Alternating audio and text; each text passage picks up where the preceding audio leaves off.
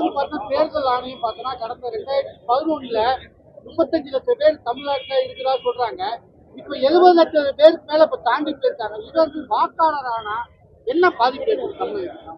இது ஒரு கேள்வி. நான் எத்தனை முறை சொல்லியிருக்கேன். நீங்க வாக்காளர் ஆனா என்ன நடக்கும்னு இப்படி கேட்கலாமா? நீங்க இந்த நாட்டின் இந்த நிலத்தின் அரசியலையும் அதிகாரத்தையும் அவன் தீர்மானிச்சிட மாட்டானா? அந்த வட இந்திய வாக்காளன் முழுக்க முழுக்க பிஜேபி வாக்காளன் தான், பிஜேபி ஓட்டர்ஸ் தான். இந்த கோவை தெற்குல வந்து அம்மா வானதி சீனிவாசன் வென்றது 20,000 வாக்கு வித்தியாசத்துல. இந்த 20,000 வட இந்திய வாக்கு தான். வட இந்தியாவில் இருக்கிற பிஜேபியினுடைய பெரிய தலைவர்கள்லாம் வந்து அங்க வாக்கு சேகரிச்சது உங்களுக்கு தெரியும். அப்படித்தானே வரும். இங்கேயே நம்ம மண்ணிலேயே மார்வாடிகள் வாழுகிற அந்த ஜவஹர்பேட்டையில வந்துட்டு தமிழர்களுக்கு இடமே அது தனி தீவா இருக்கு. தீவா குடியேறி இருக்கலாம். நீங்க ஈரோடு பெருந்துறையெல்லாம் நம்மளுடைய தொகுதியே இல்ல, மாறிட்டது. நீங்க ஒரே நாடு ஒரே ரேஷன் கார்டுங்கிறது திட்டமே அதுக்கு தான். அவன் கொண்டு வந்தாங்க. சரி சரி, உழைக்கிறான், வேலை செய்யறான், சரி குடும்ப அட்டை கொடுத்தா சாப்பிட்டு போகணும். தேர்தல்னா வாக்க போய் அவன் மண்ணில் செலுத்திட்டு வர முடியும். நீ இங்க கொடுத்துட்டீங்கன்னா அவ்வளவுதான் முடிஞ்சது. இந்த ஒரு நிலம்தான் இருக்கு, இமய வர இருந்து குறுகி குறுகி கொண்டாந்து இந்த காலடியில் நிறுத்தி வச்சிருக்க. இப்ப இந்த நிலத்தை அதிகாரம் போச்சு. ஏற்கனவே கடத்தர்கள் எல்லாம் இந்தி, எல்லா இடங்களையும் இந்தி. ஏன்னா இந்திக்காரன் வர்றான். மருத்துவமனைக்கு போனா இந்தியில எழுதிருக்குது. ஏன்னா இந்திக்காரன் தான் இங்க இந்திக்காரன் வரான், அவனுக்கு வசதிக்குன்னு இருக்கிறான். அப்ப இந்தி பேசக்கூடிய இன்னொரு மாநிலமா இது மாறாதுன்னு என்ன உறுதி இருக்கு? சொல்லுங்க பாப்போம். என்ன முதல்ல இருந்து சொன்னேன், அந்த இன்னர் லைன் பெர்மிட் உள்நுழைவு அனுமதி எடுத்துக்கிறணும். அவன் யார் கூட்டிகிட்டு வர்றது, என்ன வேலைக்கு வரான், அவனை கூட்டி வந்த முகவர் யாரு, எங்க தங்குவான். ஏன்னா அவனால எத்தனை பெண்கள் பாலியல் வன்புணர்வுக்கு ஆளாக்கப்பட்டு கொலை செய்யப்படுறாங்க, எவ்வளவு திருடி ஏடிஎம்ல திருடிட்டு ஓடனான்ல, அவனை பிடிச்சிங்களா? எதுவுமே கண்டுபிடிக்க முடியாது. அவன் எங்க தங்கியிருக்கான், எந்த பதிவுமே இல்லை. வாக்குரிமை கொடுக்க கூடாது, வாக்குரிமை கொடுக்க கூடாது, வாக்குரிமை கொடுக்க கூடாது. நீங்க தேர்தல் வரும்போது நீ போய் மண்ணில் ஓட்ட போட்டு வா, அவ்வளவுதான் சொல்றேன். இப்ப வந்து பாத்தீங்கன்னா தமிழ்நாடு சேர்ந்தவர்கள் 10,000 ரூபாய்க்கு சம்பளத்துக்கு கீழே யாரும் வேலைக்கு வர்றதில்லை. இப்ப வட மாநிலத்துல வந்து பாத்தீங்கன்னா 10,000 ரூபாய்க்கு கீழே வர்றாங்க. இப்ப வந்து இதனால அவங்க வெளியேற்றுன்ற பட்சத்துல நமக்கு பாதிப்பு ஏற்பட வாய்ப்பு இல்ல. நீ நுட்பமா எங்களை உழைப்புல இருந்து வெளியேற்றினீங்க. சோம்பி இருக்க சொல்லி 100 நாள் வேலை அப்படின்னு எங்களை உழைப்புல இருந்து வெளியேற்றினீங்க. இது நீண்ட பெரிய வரலாற்று கதை. எங்களை வழிபாட்டிலிருந்து வெளியேற்றி, எங்களை உழைப்பிலிருந்து வெளியேற்றி, மொழியிலிருந்து வெளியேற்றி, சிறுக சிறுக வெளியேற்றி, உழைப்பிலிருந்து வெளியேறிட்டா இனி அடுத்து இந்த உழைப்பின் தேவை அப்படியே இருக்குது. இந்த தேவையை வந்து வட இந்திய நிறைவு செய்யும் போது இதன் தவிர்க்க முடியாத ஆளா மாறிடுவான். இப்ப 500 ரூபாய்க்கு வேலை செய்யறான், 5000 சொன்னான்னா என்ன பண்ணுவீங்க? தவிர்க்க முடியாத தேவையாகிவிட்ட பிறகு அவன் சொல்றதான் பட்டணம், அவன் சொல்றதான் கூலி. அப்ப நீங்க வழியே இல்லாம போயிடுவான். இன்னைக்கு முதலாளி கூலியா வந்து எனக்கு இருக்கிறவன் 5 ஆண்டுகளை முதலாளியா மாறிடுவான், நான் கூலியா ஆயிடுவேன். இதான் உலகங்க இருக்கிற வரலாறு. அப்படித்தான் வணிகம் செய்ய வந்தவன் எங்களை அதிகாரத்தை செலுத்தி அடிமையாக்கி. இப்ப நீங்க நீங்க அதுல உழைப்பு நம்ம பிள்ளைகளை எந்தெந்த தொழில், இப்ப வந்து ஒரு துணி கடையா, அங்க எத்தனை பேர் தேவைப்படுது?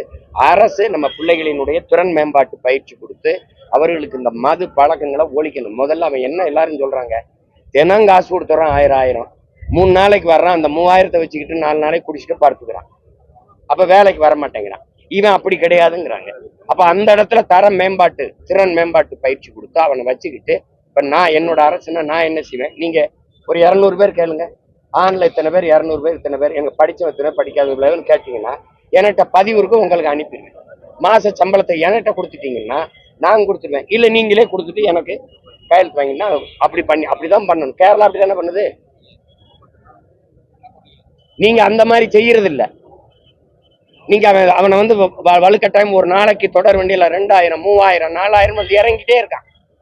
திடீர்னு சவுகார்பேட்டையில 2000 3000 பேர் இறங்கி பேரணியா போனா, யார்கிட்ட அனுமதி வாங்கினா, எதுக்காக போனா, நாங்க இவ்வளவு பேர் இருக்கோம்னு வெறும் இளைஞர்களா நடந்தான். என்ன எதனால நடந்தான்?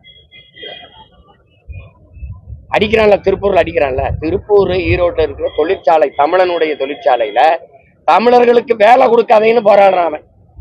இந்த கொடுமை எங்கேயாவது நடக்குமா பாத்து? இப்ப வந்து தமிழ்நாட்டை சேர்ந்த பல்வேறு மாநிலங்களை போய் வேலையும் பாக்குறாங்க. அவங்க என்ன சொல்றாங்க, இப்ப தமிழர்களுக்கு இங்க வேலை பாக்குறாங்க, அதே மாதிரி எங்க ஆட்கள் இங்க வேலை பாக்குற என்ன அவங்க வந்து தமிழர்கள் வந்து இப்படி பேசுற இந்த வியாக்கியானத்தை முதல்ல நிறுத்துங்க. நாங்க வேலை செய்யறோம்னா இப்படியா? 5000 வீடு டெல்லியில இருந்த வீடை இடிச்சா, ஹரியானால 5000 குடிகளை அப்புறப்படுத்தினா, இந்த மாதிரியா நடக்குது? நாங்க அங்கொன்று இங்கொன்றுமா வாழுவோம். நீங்க மொத்தமா இந்த 15 ஆண்டுகள் பிஜேபி அரியணைக்கு ஆட்சிக்கு வந்ததுல இருந்து மொத்தமா சார இறக்குறீங்க. நீ இந்திய தானடா எதிர்த்த? நான் இந்திக்காரனே இந்திய திணிக்கிறோம் எதுக்குற? இந்திக்காரனே திணிக்கிறோம். இப்ப தவிர்க்கவே முடியாது. அவனோட பேசுறதுக்கு எங்காலு அவன் இவன்கிட்ட வேலை செய்யறான். அவன்கிட்ட காடிகராக பாணிகரே சல்தி ஆரோன்னு இவன் பேசிக்கிறான். அப்ப எப்படி இருக்கு பாருங்க. ஏன் நீங்க வேலை செய்யும்போதும் தமிழ் கத்துக்கிட்டு வர மாட்டானா? தமிழன் காசு வேணும், தமிழ் வேணாமா? எதிர்காலத்துல இது எதை நோக்கி போகும்னு நினைக்கிறேன். அவ்வளவுதான். இந்த ஒரு நிலத்தையும் விட்டுட்டு ஈழத்துல அடிச்சு எங்களை விரட்டினா, அண்டி ஒண்டி பிழைக்க வந்த சிங்கள நாடை தனதாக்கி கொள்ள எங்களை அடிச்சு விரட்டினா, நாங்க அகதியா வந்தாலும் நிக்க ஒரு இடம் இருந்துச்சு. இங்க இருந்து அடிச்சு விரட்டினா எங்க போவோம்னு நீங்களே வீட்டுல போய் யோசிச்சு பாருங்க. விரட்டுவான். நான் என் தாய் மீது, என் தமிழ் மீது, என் தலைவன் மீது ஆணையிட்டு சொல்றேன். உறுதியா விரட்டுவான். நீ எங்கேயும் போக முடியாது. சாவதை தவிர எனக்கு வழி கிடையாது. அடிச்சு விரட்டுவான்.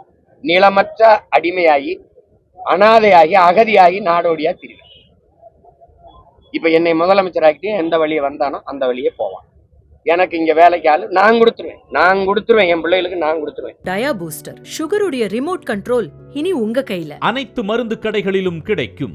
செய்திகளை உடனுக்குடன் தெரிந்து கொள்ள கீழ்க்கண்ட கேபிள் மற்றும் டிடிஹெச் நெட்வொர்க்குகளில் எம்நாடு செய்தி தொலைக்காட்சியை காணுங்கள். பாதகம் செய்பவரை கண்டால் நாம் பயம் கொள்ளலாகாது பாப்பா. மோதி மிதித்து விடு பாப்பா, அவர் முகத்தில் உமிழ்ந்து விடு பாப்பா. அண்மை செய்திகளை உடனுக்குடன் தெரிந்து கொள்ள இணைந்திருங்கள் எம்நாடு தொலைக்காட்சியுடன்.